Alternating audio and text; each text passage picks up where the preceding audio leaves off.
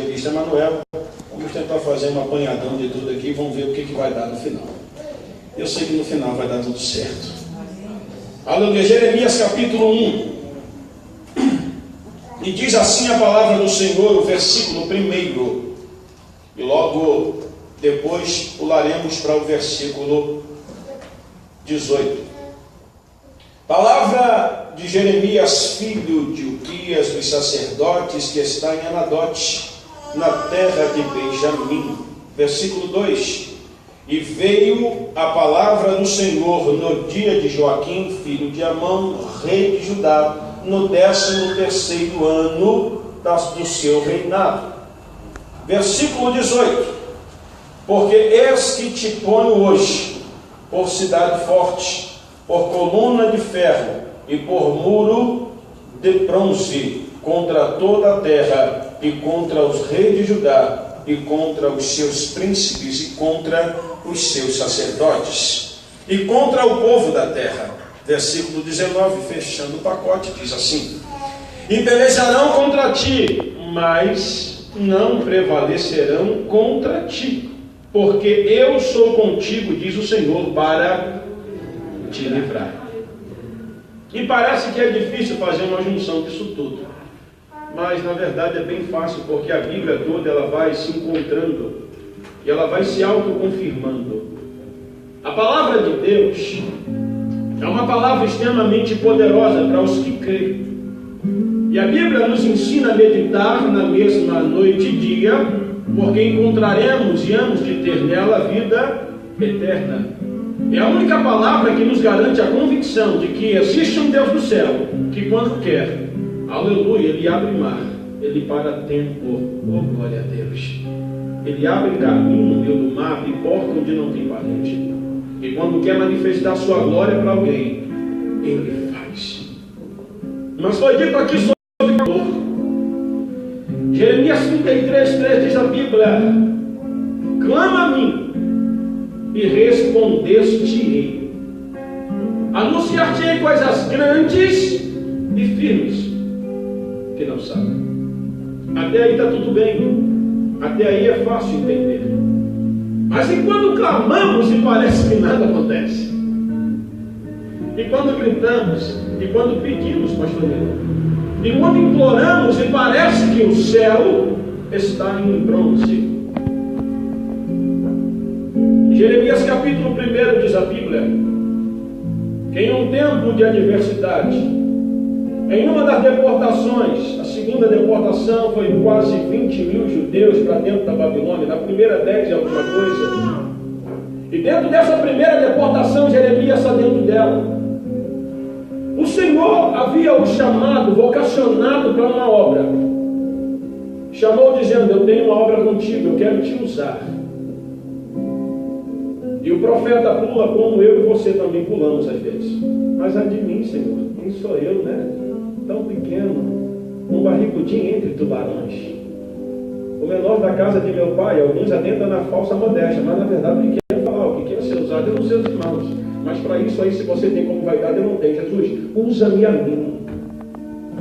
Eu estou como disse Isaías: Senhor, eis-me aqui, envia-me a mim.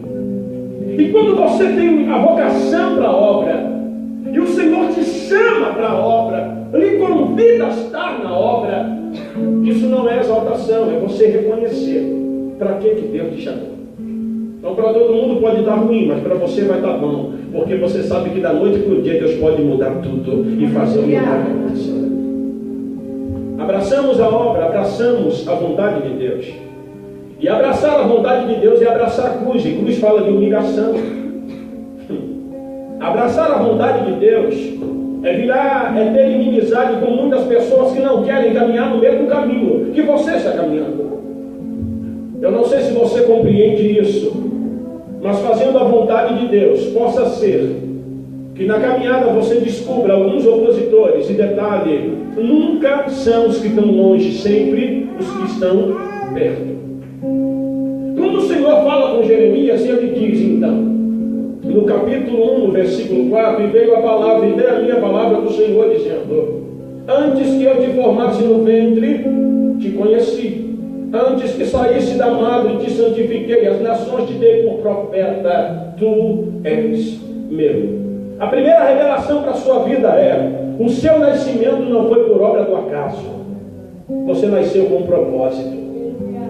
Aleluia. Deus não te chamou para viver uma vida de miséria, para viver uma vida de mendigo, para viver de cabeça arriada. Deus te chamou para você encher o peito de ar, olhar para cima e dizer: vive Jesus em meu coração, com Jesus eu vou até o fim e vou conquistar os meus milagres. Agora, nenhuma conquista você acha que vai ser fácil? Não. O Senhor chamou. E mesmo o Senhor chamando, então o profeta diz: então disse eu, Senhor Jeová, eis que não sei falar, porque sou uma criança. É o homem colocando desculpa quando não quer atender o chamado de Deus. Será que você coloca desculpa? Será que você coloca desculpa? Será que você coloca desculpa quando não quer atender o chamado de Deus? Ver alguém sendo usado é muito bonito, quando na verdade Deus quer usar você para alguém também. Contar a história dos outros, contamos a história de Benerim, Billy Graham e vários outros homens de Deus. Inclusive alguns deles estão partindo, né? A fila, ela anda.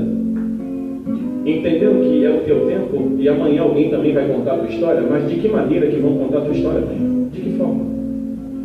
De que jeito? A fila, ela não para. Há uma certeza que o homem tem depois que nasce. E eu vou voltar aqui no papo de terrorista de novo. A única certeza que o homem tem depois que ele nasce, depois que ele vem ao mundo, é que ele vai morrer. Mas temos escolhas. Viver de uma forma abençoada, atendendo o chamado de Deus e gozando do melhor que o Senhor tem preparado para a nossa vida, ou viver numa queda de braço, mesmo sabendo que vamos perder. Eu escolho me render. E se render é bem melhor. Tudo que eu quero geralmente é o que Deus não quer. E tudo que Deus quer para a minha vida geralmente é o que eu não quero. Então aqui começa uma guerra entre eu e eu mesmo. A batalha maior que eu tenho não é contra o diabo. Que isso, pastor, isso é heresia. Não. O diabo vence em nome de Jesus, porque ele já foi vencido lá na cruz do Calvário. Agora é a minha vontade, e o meu querer, os meus desejos. E o que eu quero? É diabo? Não, é a natureza querendo sufocar o homem espiritual que existe dentro de mim.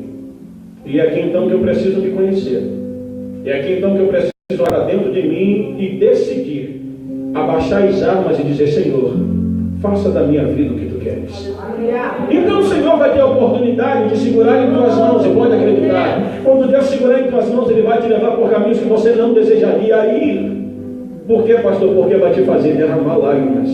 Eu não sei se os irmãos sabem disso, mas todos que vivem na obra e a disposição de Deus, tem horas que para fazer alguém sorrir você tem que chorar.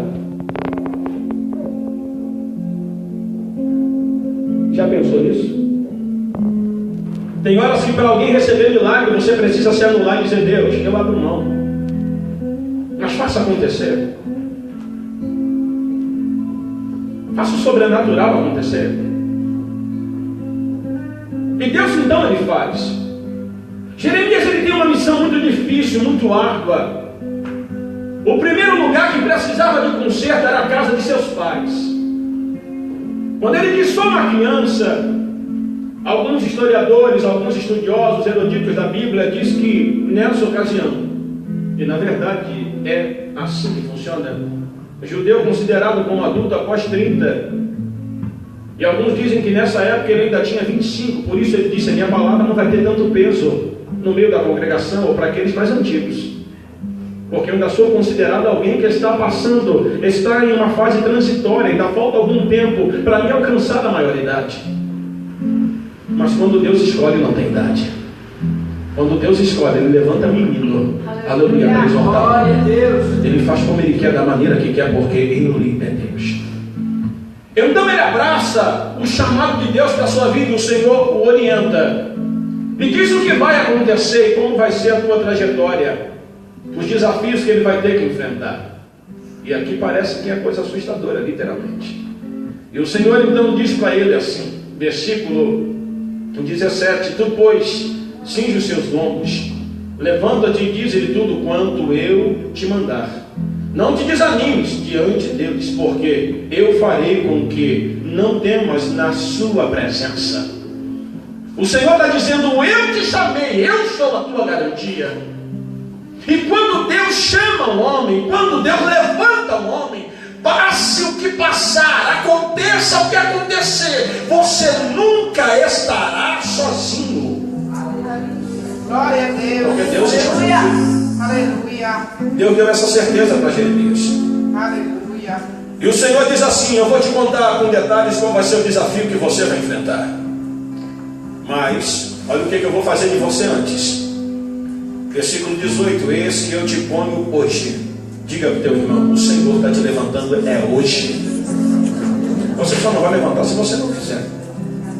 E eis que eu te ponho hoje por cidade forte, por coluna de ferro, por muro de bronze, contra toda a terra, e contra os reis de Judá, e contra os seus príncipes, e contra os seus sacerdotes, e contra o povo da terra. Profetizar, irmão, hoje virou moda para muita gente, ainda mais quando é profetizar para quem humanamente não tem recurso, ou não é alguém que tem um certo know-how. Profetizar em igrejas pequenas, aquelas mais humildes, é fácil. Difícil é falar a verdade de Deus. Não estou falando de ignorância, estou falando de profecia. Porque tem muitas vidas que pensam que a autoridade, muito, é mandar o outro tomar vergonha na cara, no meio dos outros, e não é. A autoridade é você anunciar a verdade de Deus, de forma que a pessoa entenda e compreenda que o Senhor está dizendo: eu quero você, eu me chamei para uma obra. Mas até quando você vai escolher o outro lado? Até quando você vai caminhar contra a minha vontade? É trazer a conscientização do outro que ele está totalmente fora da vontade de Deus. Autoridade não é você sair por aí dando tapa nos outros, derrubando cadeira. Falamos isso aqui no sábado de manhã, quebrando bateria. Não, Deus está comigo, unção de Deus. Não, isso é unção de quebradeira. Deus está nisso não, pelo amor de Jesus. Tem vidas que se intitula crente marreta. E marreta constrói alguma coisa, irmão? Marreta constrói alguma coisa? E paz, minha Janete, ainda tem gente que fala assim: não, porque Deus me chamou como sexta-feira 13. Ó, está vendo muito filme de terror. Quando na verdade nós somos ferramentas afiadas na mão do Senhor. Aleluia. Somos barro na mão do oleiro. Aleluia. Como flecha na mão do valente, assim somos nós. Oh, aleluia. Entende quantas vidas precisando de uma palavra? Mas eu me furto, resisto a não cumprir a vontade de Deus, porque a minha dor é maior. O meu problema vem primeiro, então eu não me importo com os outros, eu me importo comigo mesmo. Que é isso, pastor? Vamos olhar para dentro de nós, irmão. Dados-se alguns momentos da nossa vida, a nossa preocupação, sabe com quem é? É com a gente mesmo. Não, primeiro eu, segundo eu, terceiro eu. Se sobrar, eu libero para alguém. Nem todos são assim, mas infelizmente vivemos em um mundo em que a maioria está caminhando dentro dessa trilha tão desagradável. O profeta Jeremias, ele vive muitos desafios, ele vive situações muito complicadas. No capítulo 17 do profeta Jeremias, ele chega a dizer que o pecado do povo está gravado com um ponteiro, e na ponta desse ponteiro há um diamante, está gravado no coração.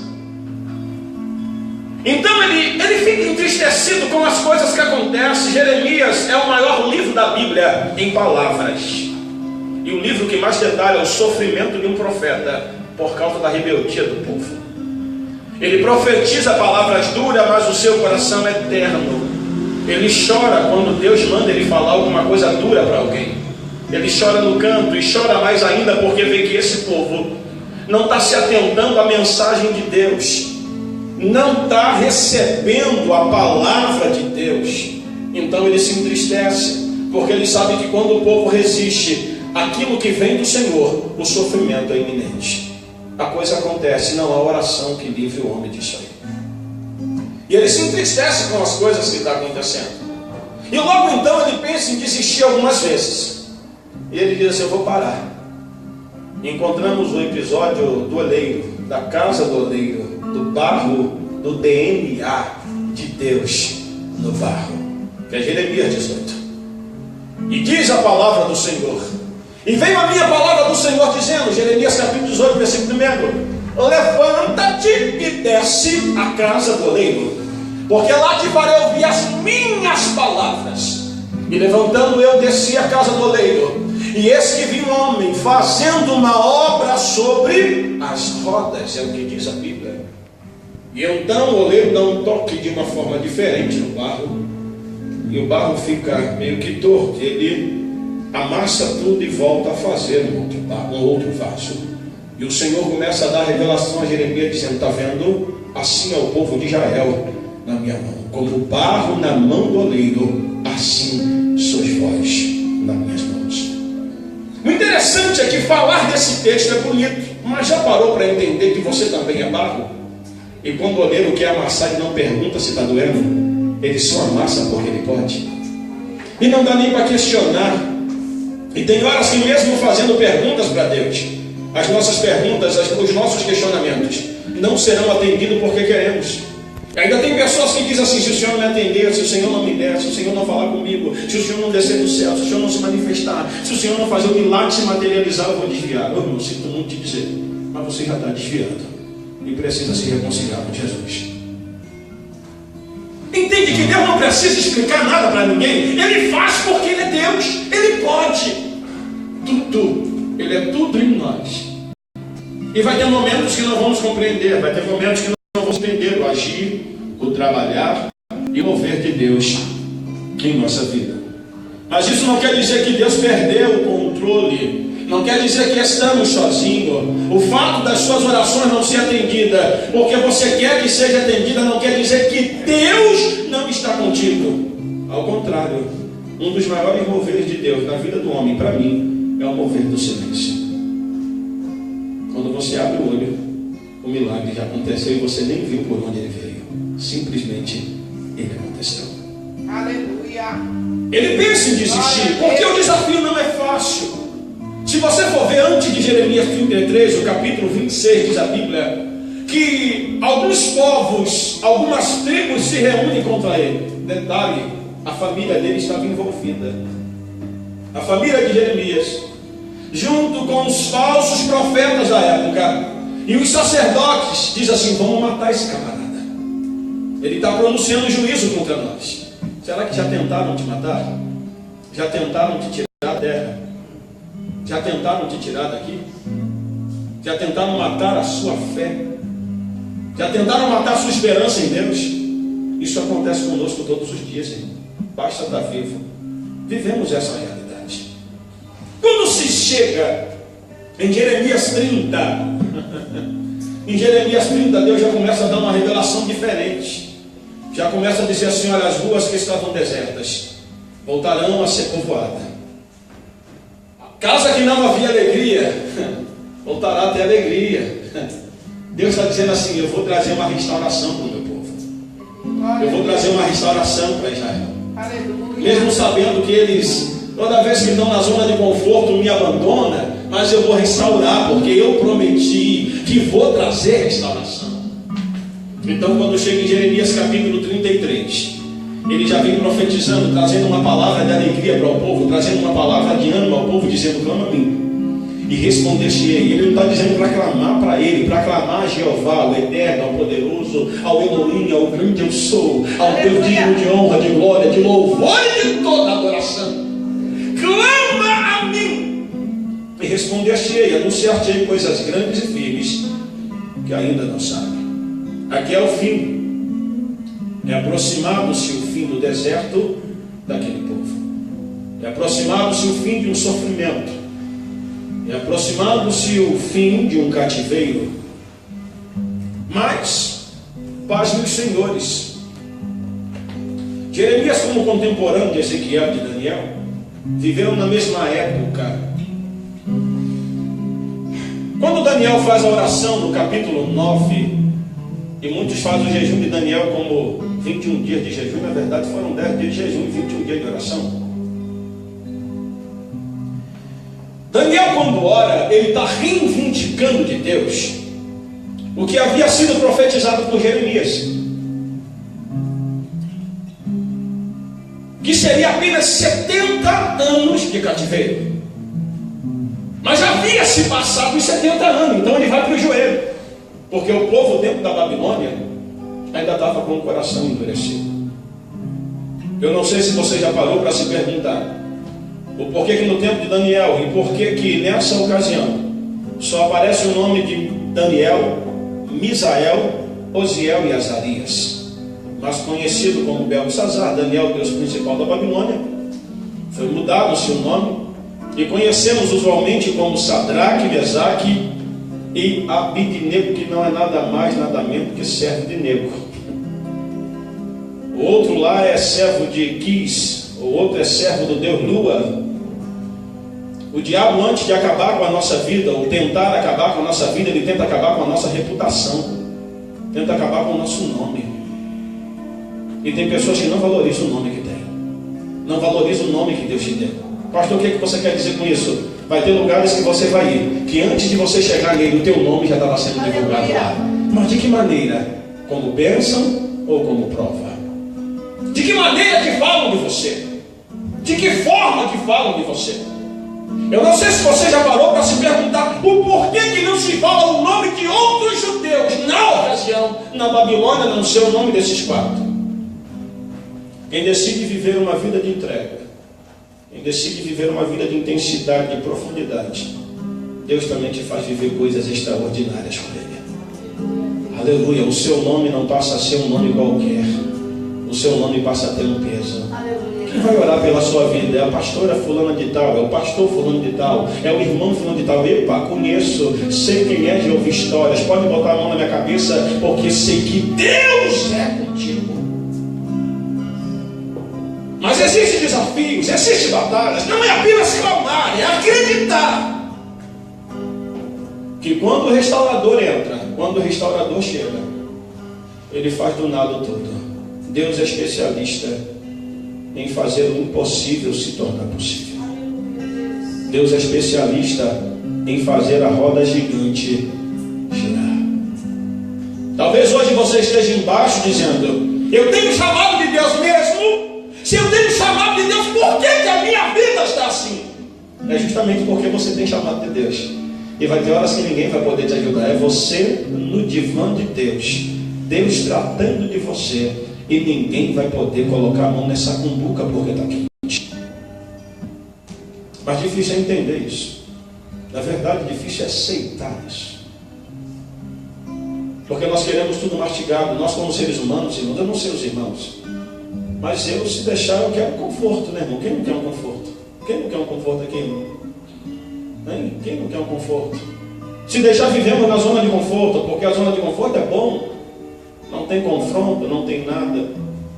Está tudo tranquilo, não me falta nada. Eu tenho ausência de luta na zona do conforto. Então Deus, ele vê assim: rapaz, eu estou te perdendo. Eu vou permitir alguma situação acontecer na sua vida. Jesus, ele vem andando. E aqui eu quero entrar onde o irmão Heitor leu. Jesus, ele vem andando antes do discurso que foi forte. Ele vê Levi sentado à beira do caminho. Levi, cujo nome é Mateus. Olha a palavra de Jesus para Levi: Levi, segue-me. E Jesus sai andando. Tu seguiria Jesus, irmão? Dentro de uma racionalidade, você seguiria Jesus sem conhecê-lo? Só ele parar na tua frente e dizer: vem, segue-me. Eu talvez não seguiria, com certeza, conhecendo a minha personalidade, eu ia questionar um pouquinho. Mas por que eu vou te seguir? Por que eu tenho que te seguir? Sou cobrador de impostos, ganho muito bem, serviço de Roma. Quem é o Senhor? Não te conheço. Que arrogância é essa? Que arrogância é essa? Mas era uma grande obra se iniciando na vida de um homem. E ele levanta, larga tudo e segue Jesus. Sabe qual foi a explicação que Jesus deu para ele? Nenhuma. Jesus chega na beira do mar, aonde Pedro, com seus amigos, havia pescado, trabalhado a noite toda e não pescou nada. Jesus está sentado esperando eles atracar o barco. E quando eles atracam o barco, limpa as redes, faz todo o trabalho de um bom pescador para começar as outras atividades só no outro dia, Jesus disse assim: eu quero teu barco. Eu quero barco. Detalhe, eu não quero navegar sozinho. Vocês vão entrar no barco, mas vão voltar para pescar. E quem entendia de pescaria era Pedro e seus amigos. Não está à noite, não tem lua, não está propício para jogar, para lançar rede. Mas eles não questionam. Eles não entenderam, mas também não questionaram. Tu já parou para poder entender isso? Eles não entenderam, mas não questionaram. Sim, entra no barco, vão remando. Eu imagino olhando para o outro. Ai, nós conhecemos tanto de mar, somos profissional do ramo, pescamos há tanto tempo. Aleluia. Mas eles não tinham conhecimento de que não era qualquer um que estava dentro do barco, Jesus que estava no barco. E Jesus então diz assim, Jesus entendia de carpintaria, porque José era carpinteiro, ele trabalhava com seu pai. Lançai a rede para a direita. Mas geralmente os cardumes ficam na esquerda, lançai para a direita, rapaz. E a Bíblia diz que eles lançam a rede para a direita. Eu não sei de que forma ou de que maneira, porque milagre não se explica. Milagre você vive ele. Quando eles puxam a rede, acredito que desmotivado, como quem diz, não entende nada de pescaria, né, pastor? Então vamos puxar a rede. E começa a ver cada bitelo. Se fosse, né, aqui no nosso Pantanal, seria pintado, dourado, só peixe bonito. E eles ficaram perplexos, pediram ajuda para outros barcos, porque quando Jesus está no barco, até a pescaria fica boa. Glória a Deus. A coisa muda de figura. Aleluia. E eles vão vendo Jesus fazendo tudo, todos os milagres. E Jesus está dizendo, ao contrário do que disse para Jeremias: eu sou contigo, eu vou te usar. Jesus agora quer ensinar eles na prática, dizendo: eu não preciso falar nada, aprendam olhando. Chamou vários outros. E com Zaqueu, Jesus para embaixo da árvore,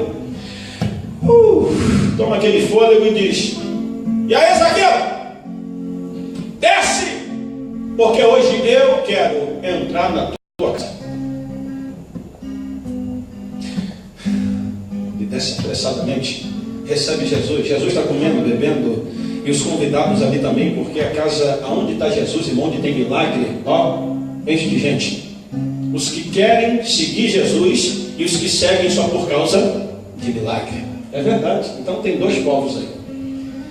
E os povos murmurando, dizendo: se fosse profeta, saberia que esse homem é pecador, saberia que esse homem defrauda os outros, saberia que esse homem rouba, saberia que esse homem cobra juros, saberia que esse homem é defraudador, saberia que esse homem não é correto. E Jesus não fala nada. Você acha que todo mundo vai se dar bem contigo? Você acha que todos vão te amar? Você acha isso, irmão? Que todos vão te amar? Você acha, irmão, que todos vão te amar? Você acha, irmão, cadê que todos vão te amar? Mas eu não fiz nada com ninguém, pastor. Mas é de graça isso, pastor Araújo. As pessoas olham simplesmente falando: não fica a tua cara, porque o Espírito Santo não está para a tua vida. Que é isso, pastor? Não está. E tem pessoas que tomam a ordem da outra, sem conhecer, sem nunca ter conversado.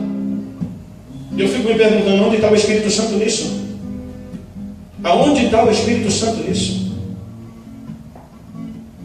Então dizendo: é pecador. Mas Jesus está quieto, porque o amor de Jesus nos constrange, sem que ele precise abrir a boca para falar nada. Então Zaqueu falou: eu quero a palavra. Senhor, se tenho defraudado alguma coisa de alguém, eu quero restituir quadruplicadamente, eu quero dar 4 vezes mais. Mas Zaqueu entendia de lei, porque era judeu, e sabia que na lei de Levítico, um ladrão, quando se arrependia do seu roubo, ele tinha que ir até a pessoa que ele roubou, pedir perdão. E além de pedir perdão à pessoa, segundo a lei de Levítico, é isso aí, ele tinha que devolver 4 vezes mais o valor do que ele tinha roubado. Por isso que ele fala: restituirei quadruplicadamente. Ou seja, eu sei que eu sou ladrão, não quero esse peso na minha consciência, quero andar de cabeça erguida, quero estar em paz, então eu vou fazer a minha parte. E ele faz a parte dele sem se importar com o que os outros vão pensar dele depois. Depois de tantos milagres acontecidos, então vem o texto que Jesus dá um sermão duro. E a pregação de Jesus naquele dia foi daquela de arrancar pica-pau do oco. E um começa a olhar para o outro aqui, ó. Não quero ver mais esse homem, não. Vai saindo. Um para a direita, um para a esquerda, um para frente, um para trás, e vai saindo. E os que foram chamados por ele, aqui está o negócio, aqui é que está o X da questão. Muitos seguiram, se agregaram a ele e ele não expulsou. Mas os que foram chamados por ele, de um a um, permaneceu. Já parou para poder prestar atenção nisso? Que os que foram chamados continuou, até o que é do diabo. Que é isso, pastor? Judas.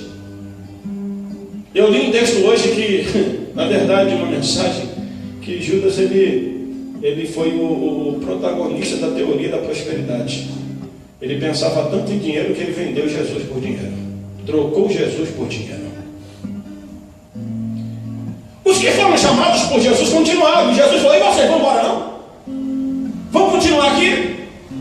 Então alguém tem que tomar conta, né? E alguém disse: mestre,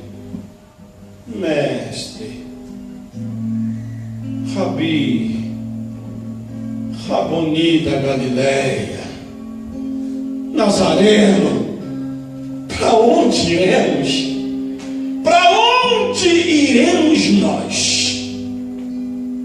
Se só tu tens a palavra de vida eterna. Aleluia. Para onde fugiremos de Deus? Para que lugar iremos? A Bíblia diz em Salmos: se formos para cima, Ele está. Se formos para baixo da terra, Ele também está. Se formos para o fundo do mar, Ele ali também está. Aonde nos esconderemos de Deus? Ele nos conhece. Ele sabe como nos amassar. Ele sabe como tratar de nós. E a pergunta que não quer se calar é: está disposto em deixar Deus te usar?